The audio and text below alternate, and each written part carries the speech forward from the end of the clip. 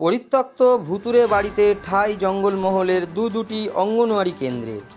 শিশুআলয় না থাকায় বান্দোয়ান ব্লকের ৯ ও ২৪৩ নম্বর অঙ্গনওয়াড়ি কেন্দ্র দুটি চালু রয়েছে বান্দোয়ান ব্লক প্রাথমিক স্বাস্থ্যকেন্দ্র চত্বরের একটি ভগ্নপ্রায় ভবনে। ঝোপেঝাড়ে ভর্তি, মাথার ওপর ভাঙাচোরা টিনের আচ্ছাদনে জীবনের ঝুঁকি নিয়েই সরকারি পরিষেবা দিচ্ছেন দুই কর্মী। ঘটতে পারে যে কোনো সময় দুর্ঘটনা, আতঙ্কে থাকেন অভিভাবকেরাও। ভয় পান ওই কেন্দ্রে শিশুদের পাঠাতে। তাই বন্ধ রয়েছে সেখানে ৩ থেকে ৬ বছরের শিশুদের প্রাথমিক পঠন পাঠন। অঙ্গনওয়াড়ি পরিষেবাতে যেখানে গর্ভবতী মা, প্রসূতি মা ও শিশুদের পুষ্টিগত মান নির্ণয়ের পাশাপাশি সরকারিভাবে প্রদান করা হয় পুষ্টিকর খাবার, ৩ থেকে ৬ বছরের শিশুদের দেয়া হয় স্বাস্থ্যসম্মত প্রাথমিক পাঠের ধারণা, সেখানেই জঙ্গলমহলের বান্দোয়ানের আদিবাসীদের জন্য সরকারি প্রাথমিক পরিষেবাতে কেন মিলছে না পাকা ছাদ, প্রশ্ন তুলছেন এলাকাবাসীরা। ২৪ জন মনে হয়, ২৪ জন। তাদের পঠন পাঠন কোথায় হয়? এখানেই হয়, এই খোলা আকাশের নিচে। হ্যাঁ, খোলা আকাশ। বৃষ্টি হয় তখন কি হয়? বৃষ্টি হয় তখন হয় না, বন্ধ থাকে। তাহলে মোটের উপর এটা বলা যেতে পারে যে শিশুদের পঠন পাঠন ব্যাহত হচ্ছে এই খোলা আকাশের নিচে থাকার কারণে। প্রায় তো খোলা বৃষ্টির সময়টা হয়। এই বিষয়টা জানিয়েছিলেন আপনি? হ্যাঁ, আসেন তো, সবাই তো দেখেন, সবাই দেখেন। হ্যাঁ, অনেক চেষ্টাও করছে। হ্যাঁ, সবাই চেষ্টা করছে। শিশু আলোয় হলে কি ভালো হবে? হ্যাঁ, সেটা তো অবশ্যই ভালো হবে। এটা কত নম্বর কেন্দ্র এবং এটা ৯ নম্বর। ৯ নম্বর কেন্দ্র, বান্দোয়ান ব্লক। কিভাবে সেন্টার চালাচ্ছেন? এই তো ভাঙা দোসা, সে তো সবাই দেখতে পাচ্ছে, সবাই জানে, আমাদের অফিসও জানে, সবাই জানে, কিছু করার নেই। অসুবিধা হয়?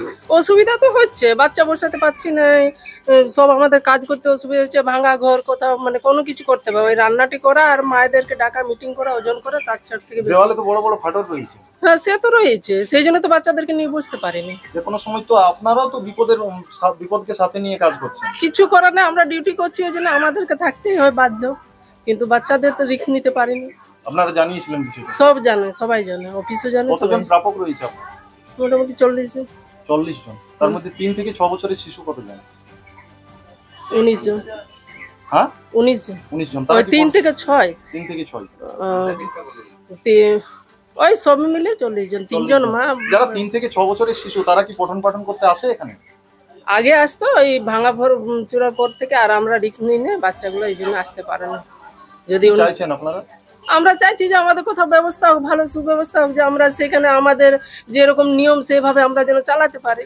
কত নম্বর সেন্টারে? ২৪৩। অবস্থা তো দেখছি ভগ্নদশা। এই আগে দেখেছিলাম আমরা যখন একটু ছোট ছিলাম, বয়সটা কম ছিল, তখন অবস্থাটা ঠিকই ছিল, কিন্তু আমরা কয়েকদিন ধরে দেখছি যে এর অবস্থা খুবই বেহাল দশা, যে কোনো টাইম বিপদের সম্মুখীন হতে পারে বাচ্চা বা যারা কর্মী আছেন তারা, হয়তো ওনারা কি বলছেন সেটা বলছি না, কিন্তু ওনারাও যে কোনো টাইম বিপদের সম্মুখীন হতে পারেন।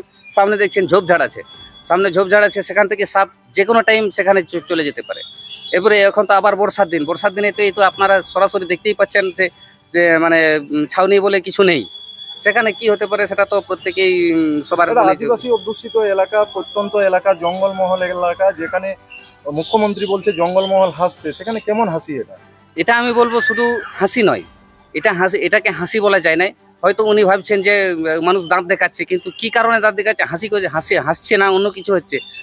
আমি একটাই বার্তা বলতে চাই, যদি এই সমস্ত পরিকাঠামো ঠিকঠাক করতে না পারে, তাদের স্বাস্থ্যকেন্দ্রেই হোক বা অঙ্গনওয়াড়ি কেন্দ্রেই হোক বা অন্যান্য যে কোনো জায়গায় যদি ঠিকঠাক পরিষেবা করতে না পারে, বন্ধ করে দিক। কি দরকারটা লেগেছে এরকম ফালতু জনসাধারণকে হ্যারাসমেন্ট করা? পরিষেবা দিতে পারবে না, কিছু না।